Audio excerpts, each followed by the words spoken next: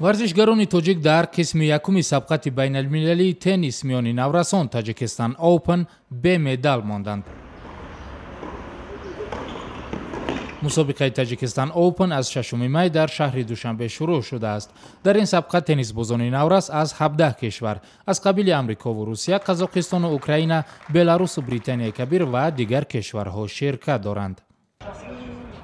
ман аз шаҳри Санкт-Петербург омадам. инҷо хеле гарм аст. кӯҳҳои зебо дорад. мақсад дорам вақтҳои холӣ дар Душанбе сайру гашт кунам. инҷо ба ман хеле маъқул шуд.